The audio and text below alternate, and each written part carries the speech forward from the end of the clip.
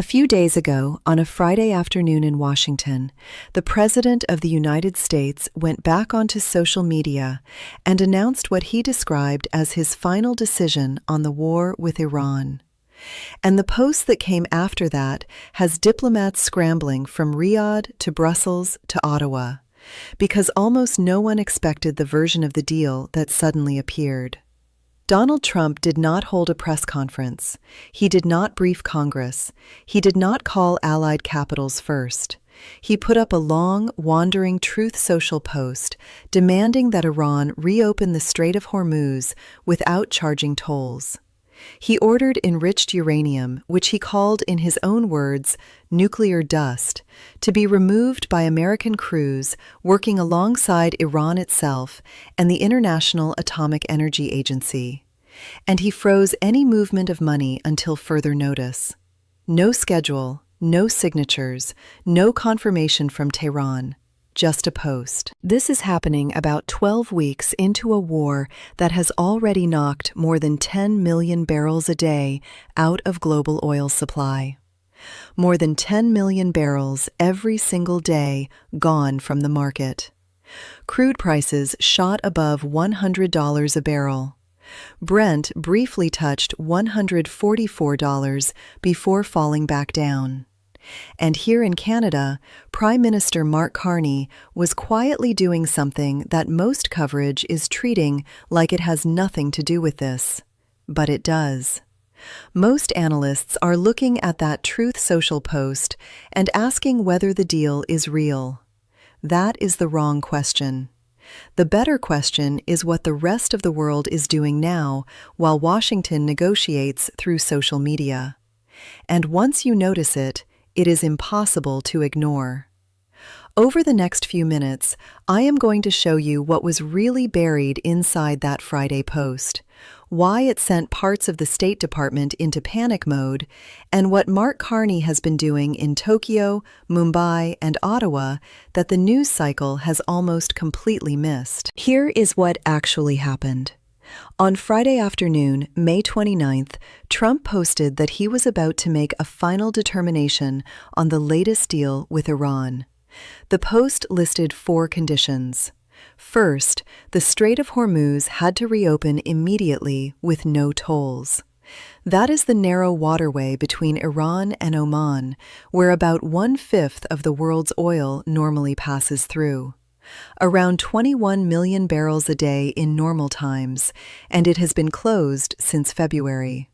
Second, ships trapped in the strait because of what Trump called America's unprecedented naval blockade would be released and allowed to go home. He even spoke directly to the crews, telling them to say hello to their families. Third, enriched uranium inside Iran would be taken out by the United States in coordination with the Iranian regime and the International Atomic Energy Agency, the United Nations body responsible for monitoring nuclear materials. And fourth, the line that really startled the markets, no money would be exchanged until further notice. That last part matters because the previous version of the deal, the one that leaked over Memorial Day weekend, reportedly involved unfreezing some Iranian assets that had been held under sanctions. Now that part is suspended indefinitely. That is the official version. Reality looks different. Because if you go back just 6 days earlier to Saturday, May 23rd, Trump posted that an agreement had mostly been negotiated and would be announced soon. Then, only a few hours later, in another post, he pulled that back and said the deal was not even fully negotiated yet. Then, on Monday, May 25th, the United States military carried out new strikes on Iranian targets, and by Friday, he was posting the final determination. 4 different positions on 4 different days, all from the same account. Iran's state-linked Fars news agency quickly challenged Trump's description of the Hormuz peace. They said the strait would remain under Iranian control under the newest version of the proposal. Tehran also insisted that the American naval blockade had to be lifted within 30 days, not according to Washington's open-ended schedule. And the Memorandum of Understanding Trump is talking about is only a Phase 1 framework. Wider negotiations on the nuclear program are supposed to take place 30 to 60 days after that, which means the real nuclear issue has not actually been settled at all. Republican senators in Washington noticed. Senator John Cornyn of Texas, who had just lost his own primary, posted a fable on Friday about a scorpion and a frog. The scorpion asks the frog to carry him across the river. The frog asks the scorpion not to sting him. The scorpion stings him anyway. Carney did not say Trump's name. He did not need to. Several other Republicans also raised concerns that chasing this deal with Iran could create what one of them called a perception of American weakness. The criticism is no longer only coming from Democrats. It is now coming from inside the president's own coalition. And the Doug Burgum interview that aired on Fox News that afternoon, Burgum is the Interior Secretary, focused completely on the energy consequences. Because that is what Washington is really worried about now. Not the nuclear question, the oil question. Brent crude moved from $144 a barrel down below $100 in just days, simply on the rumor of a deal. If the deal falls apart, those prices jump back. If the deal survives, refineries across the world rebalance almost overnight. Either way, the global energy market is now tied to whatever shows up next on one social media account. Now hold all of that next to what Canada just did, because the timing is important. While Trump was posting, then walking it back, then posting again and walking it back again, Mark Carney was on the other side of the Pacific in Tokyo with Japanese Prime Minister Shinzo Abe Takatoshi. He signed a strategic agreement covering defense, economic security, and energy security. The two governments agreed to work together on diversifying energy resources and expanding trade and investment to strengthen energy supply chains. That is the diplomatic language. In plain English, Japan, a country that imports about 90% of its energy and has been hit hard by the Hormuz closure, is now making long-term commitments with Canada to reduce its dependence on the Middle East. At the joint press conference, Carney said the world is at a turning point and that we are seeing the signs of it in the Middle East and everywhere else. That is the polite, diplomatic way of saying the old assumptions no longer hold. Then there is the Modi Agreement. While American major combat operations against Iran were entering their third day back in March, Mark Carney and Indian Prime Minister Narendra Modi announced a 10-year strategic energy partnership. 10 years. They agreed on deals involving technology, critical minerals, space, defense, and education. They also committed to finalizing a free trade agreement, something that has been discussed on and off for 15 years and still never completed. Carney and Modi committed to finishing it by the end of 2026. The bilateral trade target between Canada and India was set at $50 billion. That is the kind of figure that can reshape economies, and the message behind it was obvious. Both countries were placing themselves outside Washington's trade wars and outside Washington's actual wars. Now think about what that means in real terms. Japan in 2026 is desperate. South Korea is desperate. Taiwan is desperate. India is treating the crisis as an opening. European NATO allies, Germany, France, Italy, the Netherlands, were not consulted before the strikes on Iran began. They have been quietly furious. The Globe and Mail in Canada noted that allies across the Pacific region, including Japan, South Korea, and Taiwan, were left to figure things out on their own during this crisis. NATO allies and European trading partners were left in the same position. So when Carney arrives in Tokyo, when he arrives in Mumbai, when he brings world leaders to Ottawa, he is doing something Washington can no longer reliably do. He is offering a partnership that does not come with a sudden social media surprise attached to it. And this is the part that matters most for Canadian viewers 65 and older, people who remember the earlier oil shocks. You remember 1973. You remember 1979. You remember what an oil crisis does to a household budget. This crisis, in terms of pure supply, is worse than either of those. Global oil output is expected to fall by 6.9 million barrels a day in the second quarter of 2026 compared with the year before. That would be the biggest quarterly drop since the COVID pandemic. And the country best placed, both geographically and in terms of resources, to help fill that gap for Canada's allies is Canada itself. The British Columbia coast can send liquefied natural gas to Northeast Asia in about 10 days. Shipments from the Middle East take more than twice as long. Canada has the reserves. Canada has infrastructure that is already partly built. Canada has an opening. The question is whether Ottawa moves quickly enough. And this is where Carney's positioning becomes so important.